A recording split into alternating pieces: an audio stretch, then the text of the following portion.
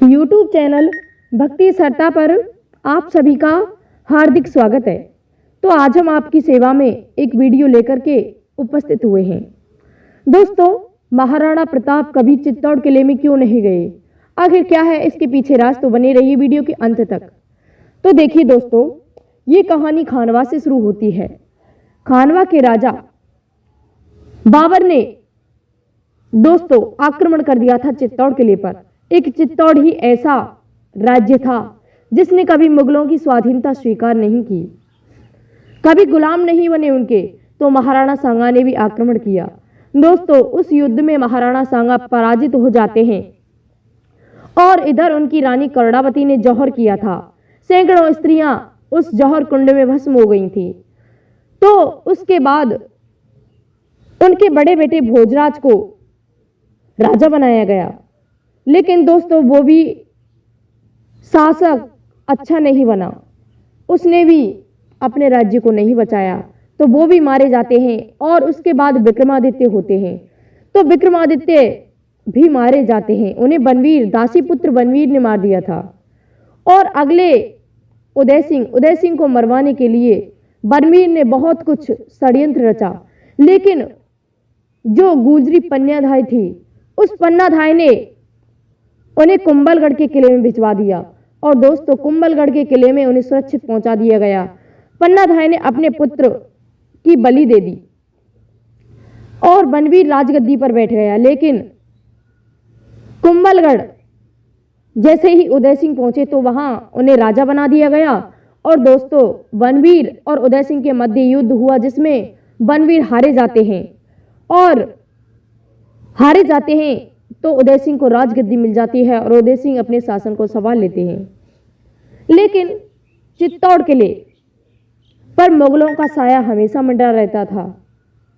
दोस्तों, जैसे ही चित्तौड़ किले में शासन फैलने लग गया महाराणा उदय सिंह का, तो मुगल बादशाह अकबर ने आक्रमण कर दिया चित्तौड़ किले पर। तो राजा को सुरक्षित निकाल दिया गया, राणा उदय सिंह जी को। और दोस्तों, महाराणा प्रताप उस किले में बचे थे और पत्ता, डोडिया और जयमल और रावत जी उस समय वहां बचे हुए थे और सामंत भी थे। तो उन्होंने युद्ध करने का निश्चय किया, लेकिन दोस्तों उन्होंने एक चालाकी की कि महाराणा प्रताप को उस किले से निकलवा दिया सुरक्षित। उनकी पत्नी अजब्दे पवार और उन्हें निकलवा दिया गया उस किले से। अब तो दोस्तों उन्होंने युद्ध के मैदान में प्रवेश किया। अकबर और उनके मध्य बहुत बड़ा भयंकर युद्ध होता है, जिसमें उनकी रानियां जौहर करती हैं। और जयमल और पत्ता तो इतने वीर बहादुर योद्धा थे कि उनके समान कोई नहीं था। दोस्तों, इसलिए आगरा में उस मुगल ने उनकी मूर्ति भी बनवाई है, जो कि आज भी उपस्थित है, जयमल और पत्ता की। लेकिन दोस्तों, उनकी तो हार हो जाती है, चित्तौड़ किला मुगलों के हाथ में लग जाता है। तो दोस्तों, अब क्या होता है कि प्रताप तो पूर्ण तरीके से हार जाते हैं और जंगलों में वास करते हैं।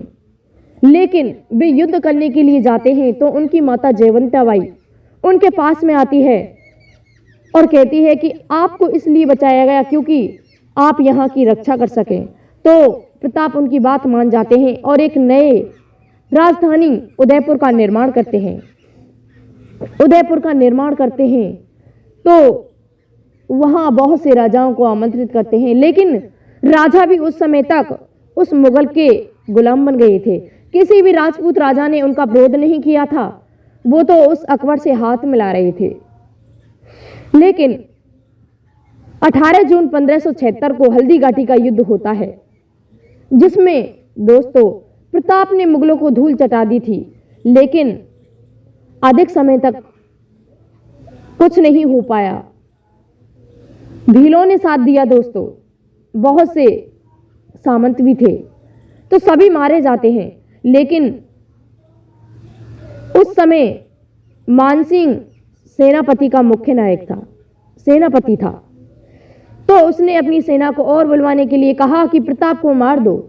तो लेकिन दोस्तों प्रताप नहीं मरे और युद्ध से चले जाते हैं और वे पीछे और घमासान युद्ध करते हैं, जिसमें वो अपने सारे किले जीत लेते हैं। लेकिन एक चित्तौड़ का किला ऐसा रह गया जिसे वो कभी जीत ही नहीं सके। हाँ दोस्तों, ये बात सच है कि चित्तौड़ किले को कभी भी जीत नहीं सके, उसे तो अमर सिंह जी ने जीत लिया था। राणा अमर सिंह ने चित्तौड़ किले को राणा अमर सिंह ने जीता था दिवेर युद्ध में। अब तो महाराणा प्रताप चित्तौड़ किले को नहीं जीत सके, बाकी सब किले उन्होंने जीत लिए अकबर से। तो अकबर कहने लगा कि या तो मुझे प्रताप की मृत्यु चाहिए, इस किले पर प्रताप का कब्जा नहीं होना चाहिए। उसने सख्त घेराबंदी करवा दी उस किले की, इसलिए प्रताप कभी उस किले में नहीं जा सके क्योंकि वहां मुगलों का कब्जा हो गया पूर्णतः। और अगले महाराणा जब अमर सिंह बने तो उन्होंने उस किले को जीत लिया था। कैसी लगी वीडियो? धन्यवाद।